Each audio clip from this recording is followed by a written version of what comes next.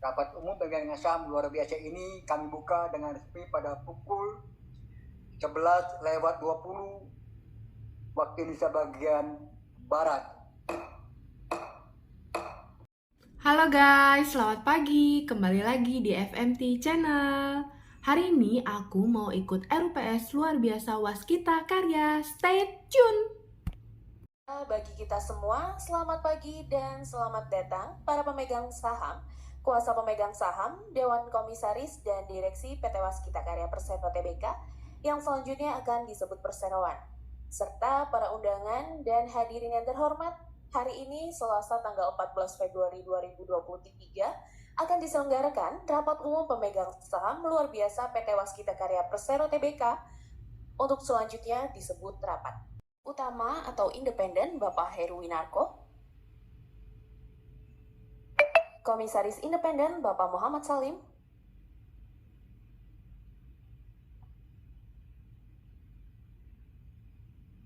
Komisaris Independen Bapak Muradi,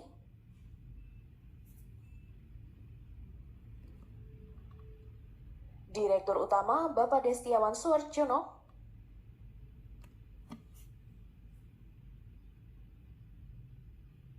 Direktur Keuangan dan Manajemen Risiko Bapak Wiwi Supriyatno,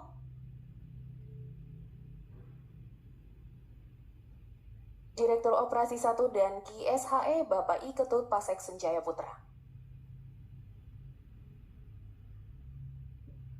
serta Dewan Komisaris dan Direksi yang turut hadir melalui video conference, yaitu sebagai berikut.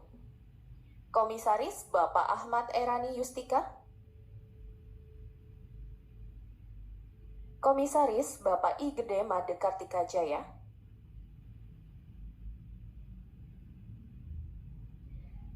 Komisaris Bapak Dedi Syarif Usman,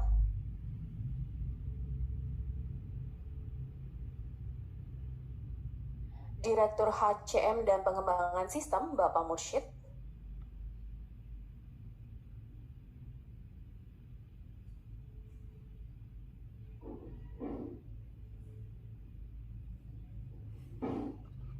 Direktur Pengembangan Bisnis Bapak Septiawan Andri Purwanto,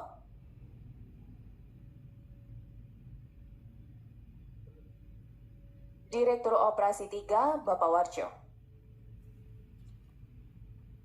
RUPS luar biasa saham Waskita pada 14 Februari 2023 akan membahas dua agenda mata acara rapat. 1. Penetapan biaya atas pelaksanaan privatisasi perseroan tahun 2022. Yang kedua, persetujuan perubahan pengurus perseroan. Stay tune di FMT Channel ya.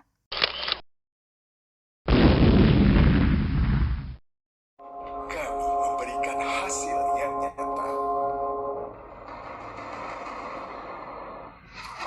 Kami meletakkan dasar yang kuat untuk menghubungkan seluruh Indonesia bahkan mancanegara. Kami berdiri di samping mereka yang bekerja untuk meningkatkan kualitas hidup dan membuat dunia lebih maju. Didirikan pada 1 Januari 1961, PT Waskita Karya Persero Tbk adalah salah satu perusahaan negara terkemuka di Indonesia yang berperan besar dalam pembangunan infrastruktur. Waskita Karya yang sebelumnya berasal dari sebuah perusahaan Belanda bernama Volker Anemisch Maatschappij NV dan kemudian diambil alih oleh pemerintah Republik Indonesia. Waskita Karya telah berperan besar dalam proyek reklamasi, pengerukan pelabuhan, dan irigasi nasional. 12 tahun kemudian, status hukum Waskita Karya berubah menjadi Persero dan melebarkan bisnis konstruksinya di bidang industri seperti jalan raya, bangunan, bandara, dan fasilitas infrastruktur lainnya. Tahun 1980, Waskita membangun Bandara Soekarno-Hatta Cengkareng yang saat ini menjadi gerbang internasional dan kebanggaan negara. Pada era 90-an, Waskita menandai capaiannya dengan gedung-gedung ikonik di ibu kota seperti BNI City, Bank Indonesia, Geraha Niaga, Mandiri Plaza, serta Hotel Shangri-La. Tercatat 3 jembatan monumental yang berhasil dibangun oleh Waskita pada era 70 dan 90-an, yaitu Jembatan Raja Mandala sebagai jembatan tol pertama di Indonesia, Jembatan Rantau Berangin sebagai jembatan cantilever pertama di Indonesia, dan Jembatan Barelang 4 yang menjadi jembatan cantilever terpanjang kedua di Indonesia. Proyek besar lainnya seperti Bendungan Pondok, Grogol, Tilong, Gapit, dan Sumi juga selesai dibangun lebih cepat dengan mutu yang tinggi. Capaian ini membuahkan pengakuan internasional melalui sertifikat ISO 9002-1994 pada tahun 1995 yang menjadi titik awal membawa Waskita menjadi pesaing di tingkat global. Memasuki 6 dekade membangun negeri, Waskita berperan besar dalam melaksanakan pembangunan di seluruh Indonesia dan luar negeri. Waskita mengembangkan bisnisnya dalam 3 lini bisnis, yaitu konstruksi, investasi di jalan tol, realty, dan infrastruktur, serta manufaktur dengan 6 bidang usaha.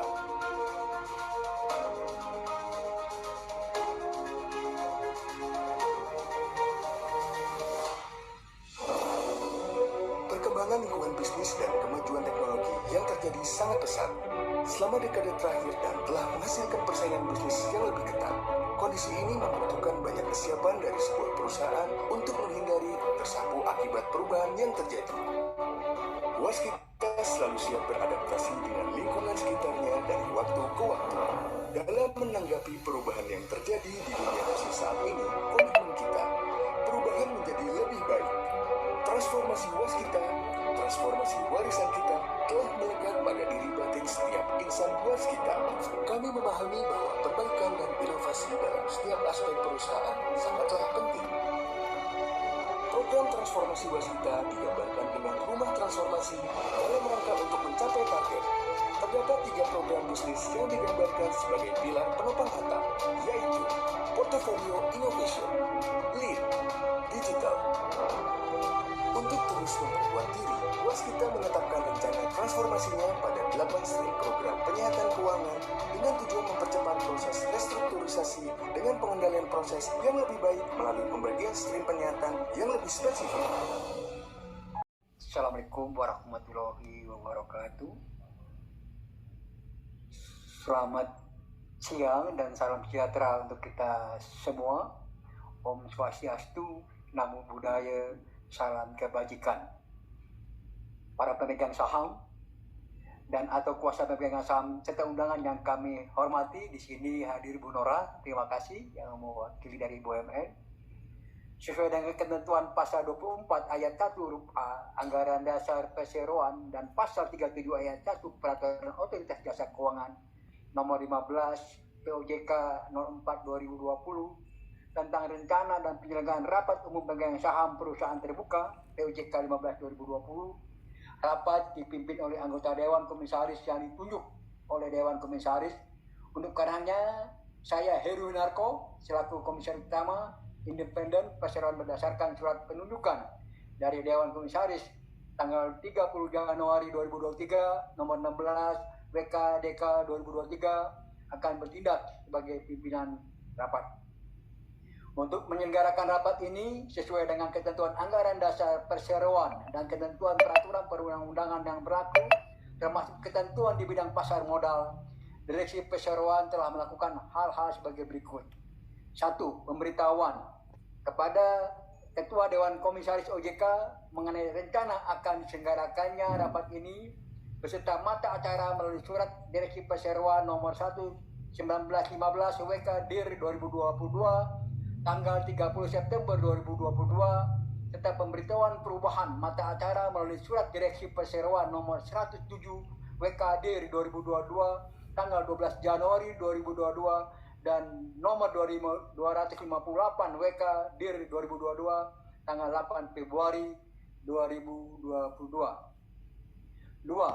Pengumuman rapat kepada para pemegang saham melalui situs web Esai situs web Bursa Efek Indonesia dan situs web Perseroan pada tanggal 6 Januari 2023. 3. Pemanggilan rapat kepada para pemegang saham melalui situs web EKSI, situs web Bursa Efek Indonesia dan situs web Perseroan pada tanggal 23 Januari 2023 dan telah melakukan ralat pemanggilan pada tanggal 8 Februari 2023.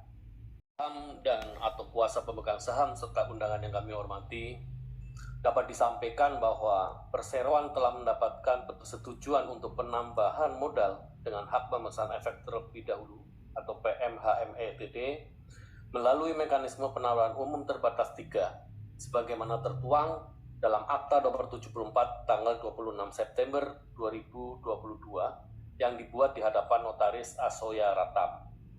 Namun pada perjalanannya, Perseroan memutuskan untuk melakukan penundaan proses PMHMETD dikarenakan kondisi pasar global yang menantang dan kurang kondusif. Berdasarkan peraturan pemerintah nomor 33 tahun 2005, di mana dalam hal privatisasi tidak dapat dilaksanakan atau ditunda pelaksanaannya, maka pembebanan atas biaya yang telah dikeluarkan perlu ditetapkan dalam rapat umum pemegang saham atau RUPS.